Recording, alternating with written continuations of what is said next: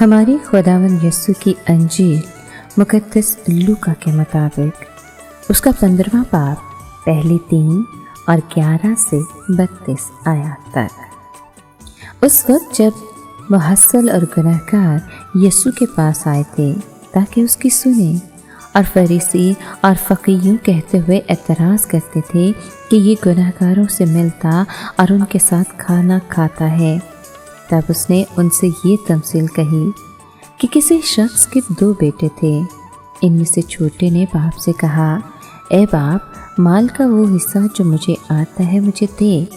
اس نے مال انہیں بانٹ دیا، اور بہت دن نہ گزرے کہ چھوٹا بیٹا سب کچھ جمع کر کے دور دراز ملک کو روانہ ہوا، اور وہاں اس نے اپنا مال اوباشی میں اڑا دیا۔ اور جب سب خرچ کر چکا تو اس ملک میں سخت کال پڑا اور وہ محتاج ہونے لگا۔ تب اس ملک کے ایک باشندے کے ہاتھ جا پڑا۔ اس نے اسے اپنے کھیتوں میں سور چرانے بھیجا، اور وہ چاہتا تھا کہ ان چھلکوں سے جو سور کھاتے تھے اپنا پیٹ بھرے، مگر کوئی اسے نہ دیتا تھا۔ تب اس نے ہوش میں آ کر کہا کہ میرے باپ کے کتنے مزدوروں کو بہت روٹی ملتی ہے، اور میں یہاں بھوکا مرتا ہوں۔ میں اٹھ کر اپنے باپ کے پاس جاؤں گا اور اس سے کہوں گا کہ اے باپ، میں نے آسمان کا اور تیری نظر میں گناہ کیا ہے، اب میں اس لائق نہیں رہا کہ پھر تیرا بیٹا کہلاؤں۔ مجھے اپنے مزدوروں میں سے ایک کی مانند بنا۔ اور اٹھ کر وہ اپنے باپ کے پاس چلا، اور ابھی وہ دور ہی تھا کہ اس کو دیکھ کر اس کے باپ کو ترس آیا، اور دوڑ کر اس کو گلے لگا لیا اور مکرن چوما۔ بیٹے نے اس سے کہا، اے باپ، میں نے آسمان کا اور تیری نظر میں گناہ کیا، اب میں اس لائق نہیں رہا کہ پھر تیرا بیٹا کہلاؤں۔ مگر باپ نے اپنے غلاموں سے کہا کہ جلدی سے اچھی پوشاک نکال لاؤ اور اسے پہناؤ، اور اس کے ہاتھ میں انگوٹھی اور پاؤں میں جوتی پہناؤ، اور پلے ہوئے بچڑے کو لا کر ذبح کرو کہ ہم کھائیں اور خوشی منائیں، کیونکہ میرا یہ بیٹا مردہ تھا، اب زندہ ہو گیا ہے، کھو گیا تھا، اب ملا ہے۔ بس وہ خوشی کرنے لگے۔ اور اس کا بڑا بیٹا کھیت میں تھا۔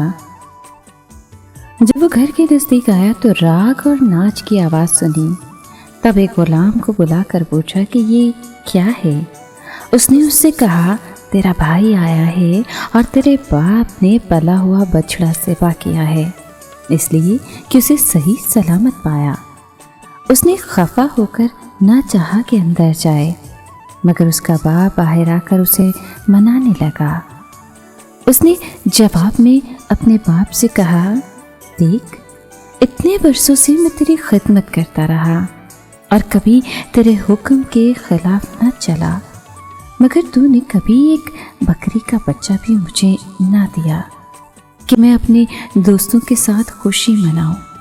مگر جب تیرا یہ بیٹا آیا جس نے اپنا مال قسمیوں پر اڑایا تو نے اس کے لیے پلا ہوا بچڑا ذبح کیا۔ اس نے اس سے کہا، بیٹا، تو ہمیشہ میرے پاس ہے، اور جو کچھ میرا ہے وہ تیرا ہی ہے، لیکن خوشی منانا اور شادمان ہونا واجب تھا، کیونکہ تیرا یہ بھائی مردہ تھا، اب زندہ ہو گیا ہے، کھو گیا تھا، اب ملا ہے۔ پاک کلام کے پڑھے اور سنے جانے پر خداوند کی برکت ہو، خدا کا شکر ہو۔ عزیز دوستو، انسانی زندگی میں سب سے بڑا فیصلہ کسی موڑ سے واپس لوٹنا ہوتا ہے۔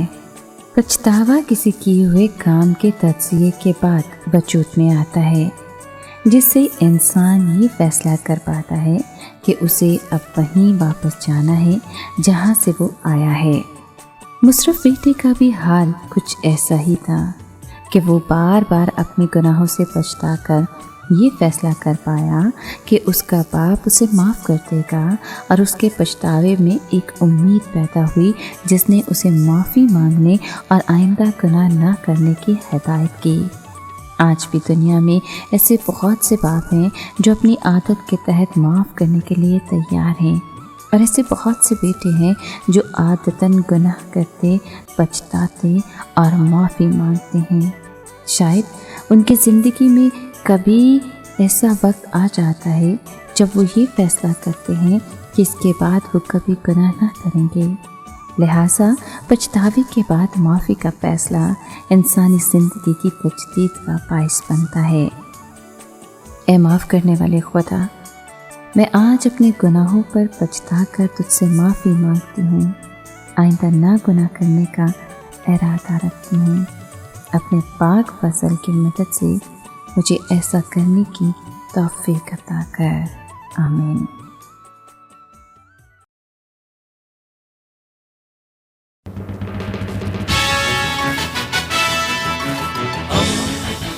دوستی کا پیمبر، ریڈیو ویریتاس ایشیا۔